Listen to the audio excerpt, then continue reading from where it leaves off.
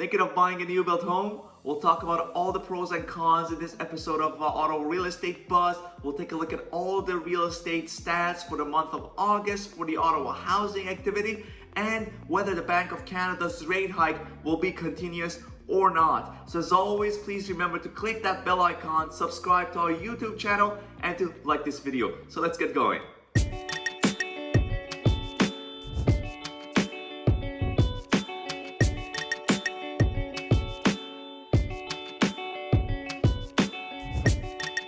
New built homes, whether you should be buying them or not, and what are the pros and cons of this? And I'm getting a lot of questions, especially recently. So to put it into perspective, the builders have caught up to the market and more often now than ever. Especially within the past 2 years where the price of homes have significantly hiked, and some builders have lost opportunity on this. So they're really up to date now in terms of how they price and how well they adjust those pricings based on the fluctuation of the market. And I would say at the time being, the benefit of purchasing a new built home, it's not very similar to what it was perhaps 3 to 5 years ago, where you would purchase something being developed for you within 8 months to a year. You paid a certain amount of base price, and this amount by the time it got delivered to you would significantly increase, and this would be beneficial. And this is why one of the main reasons new built homes were very popular.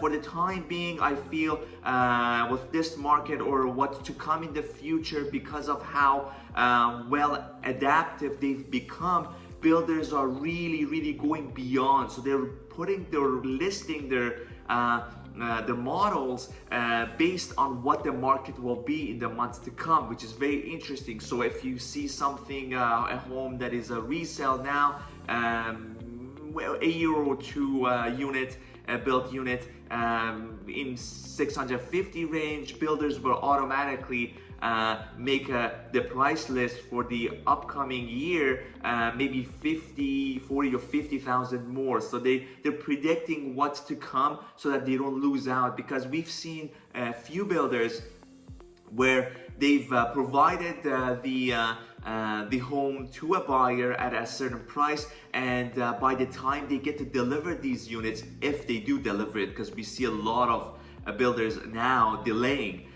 whether it's the price of materials, or perhaps the weighing options, whether delaying enough so that buyers are eventually getting frustrated and backing out of the deal. Regardless of what the reason is, they've come to realize that by doing this, they've lost money. That unit that they've sold to a buyer for 600,000, by the time it gets delivered, will be almost 50 or 80,000 more, and that is a loss in their perspective. And I mean, before this is what it was, but now it's something that they feel like this is a loss, and they automatically now adjust those pricings. Now, the benefit of a new home, of course, you're getting a new build. It's a nice feeling more than anything.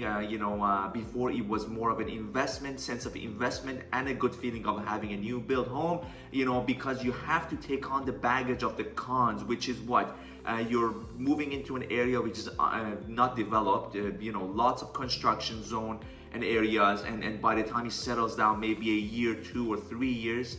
And as well, you have a lot of deficiencies with new built homes, and that's automatic given, and it's even got worse with COVID because of the lack of labor, lack of monitoring over the task that's being done by trades. We're seeing a lot of deficiencies with the delivered homes, meaning when you take possession of the home, perhaps in the next few months to come, you'll be constantly back and forth with the builder for them to come in, and I'm hoping that the deficiencies are very small and minor. Rather, if they are major, you're looking at perhaps taking tiles out and hardwood out and replacing carpet and stuff like that you really don't want to go through. And we're not even getting to the mechanical aspects of it, whether a heat duct hasn't been installed, a plumbing hasn't been secured, and then you have leaks, and we're seeing that as well. So there are benefits and disadvantages to getting new built homes, but I feel like the whole idea and aspect of new built homes has been evolving through the years, especially having been impacted by COVID, and it's a whole different beast now. And if the prices continue to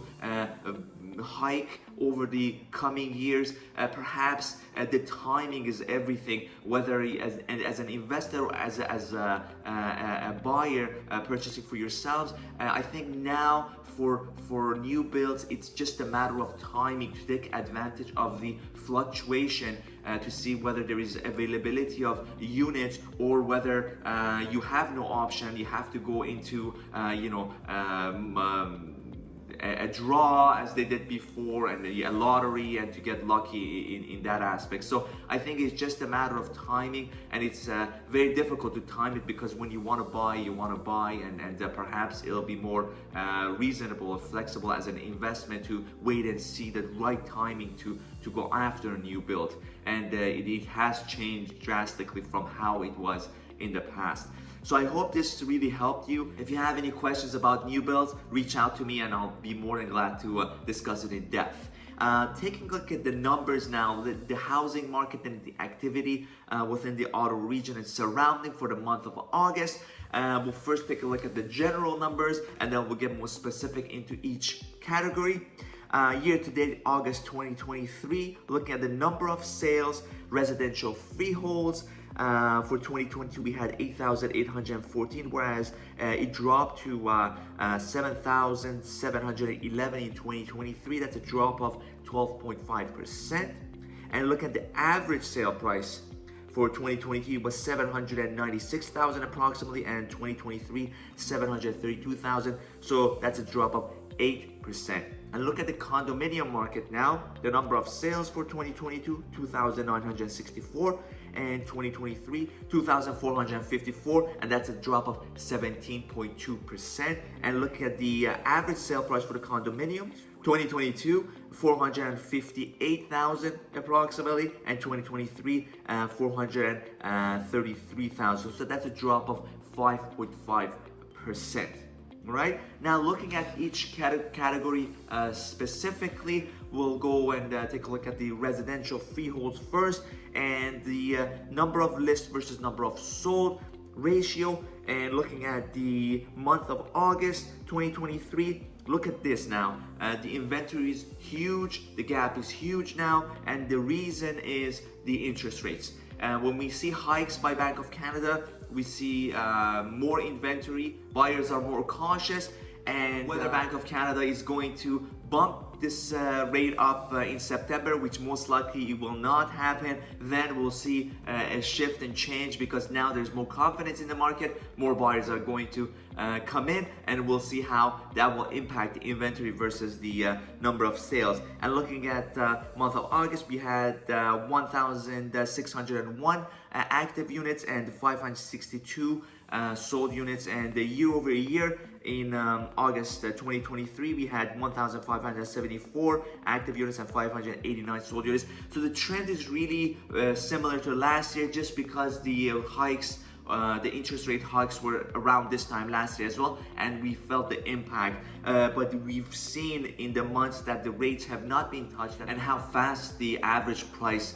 increases and the inventory drops.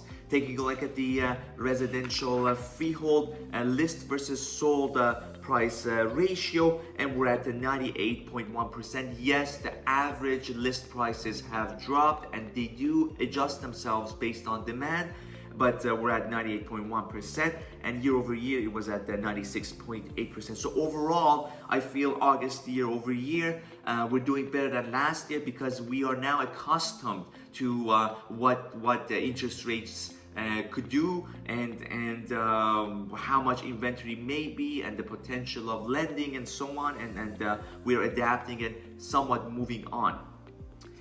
Take a look at the residential average sale per month, and we have dropped month over month. So we were at 815,000 for month of July 2023, and we've dropped to 781,000. Look at the impact of the rate hike increases it has had or to the overall average sale per month. Year over year though, we are higher. So last year in the month of August, we were at 751,000 approximately. And the residential days on the market. So how long does it take for a unit to sell on average? August 2023, 26 days, year over year, 24 days. So not much has changed. Yes, we have dropped since January, for example, of 2023, again a seasonal thing as well, and higher than months before based on what has been happening with the rates and the demand and the confidence. Now the condo market, similar trend happening here. Not as drastic as the residential freeholds. Looking at the month of August 2023, we had 609 active units and 270 sold units, and year over year 2022 August, 627 active units and 274 sold units. So now condominiums list versus sold price ratio, 98.1% month of August 2023, 97.2% year over year for last year 2022. So not a lot has changed. Yes, more inventory for condominiums as well as the average sale price has dropped and adjusted itself.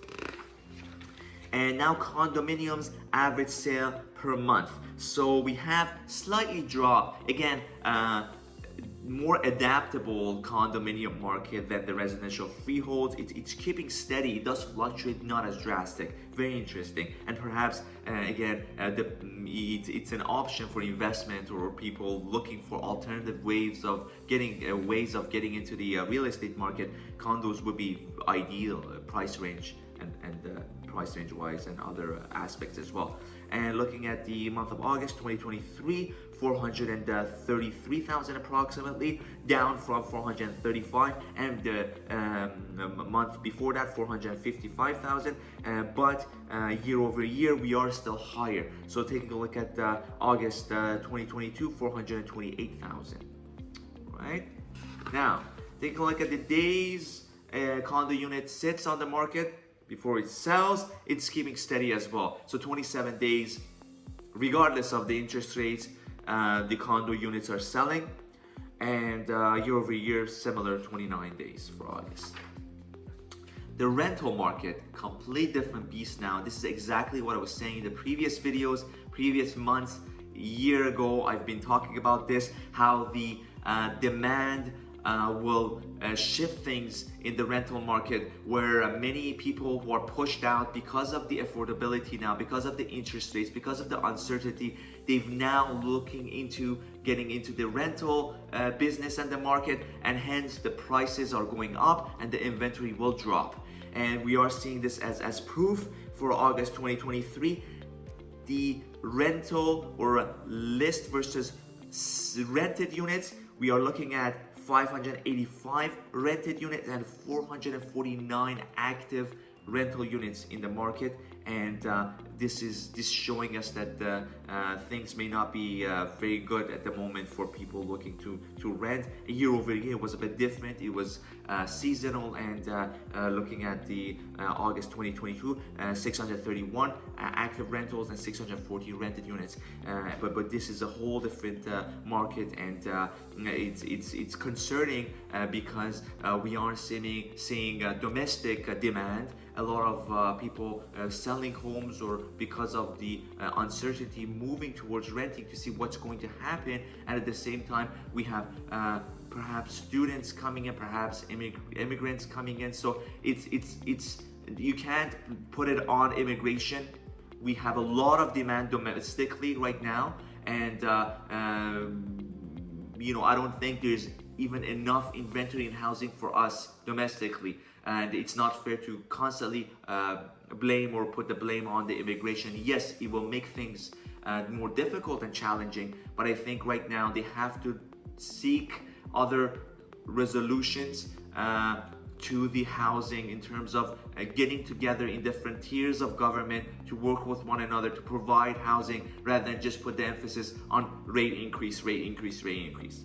And so we are seeing, again, these individuals perhaps renting now when the market is settling, the dust is settling a bit as far as the interest rates go, more confidence. What's going to happen? They're going to come back a year from now or two. They're going to all rush into the market. We're going to have the immigration, and there's no other way around it. It's just going to be a drastic demand for housing, and then we'll see the prices hike tremendously, and then at that point perhaps the rental market will adjust itself and get back to its regular routines, considering that the prices of rentals would have gone up at that point, but at least there will be more demand and it will be more a seasonal thing as we've seen in the past. So this is not normal for rentals. Rather, this is temporary until the housing market gets back on its feet, and then we'll see a hike in prices and the rental market adjusting itself. Okay, now taking a look at the average rent for the month of August, 2,777, and we are up month over month, but slightly less than the month of June. So the average prices are keeping steady, higher than a year over year. Rather, it's certain type of homes that are just getting rented quickly, and this average perhaps is keeping steady based on homes that are dated, older homes and so on. But homes that have been updated or they are newer built, they go very fast in number of days. They just get taken up, and hence the lack of inventory and the gradual increase, as we'll see in the months to come for rental units in the rental market. Okay. Days on the market, and it takes about 20 days for a rental unit to get rented, and year over year you're looking at 21 days. So not a drastic change as far as the number of days, and it'll be an interesting few months to see. Again, it all goes back to the decision of Bank of Canada whether this 5% is enough or not. I feel they've reached the maximum, and they're starting to realize that this is not the only thing that they should be doing, and there needs to be other solutions at play. And if you have any questions about what we've covered so far and whether you should be going for a new build or not, I'll be more than glad to chat with you over a cup of coffee, email, text, phone call away. And as always, please remember to click that bell icon, subscribe to our YouTube channel, and to like this video. Until next time, take care.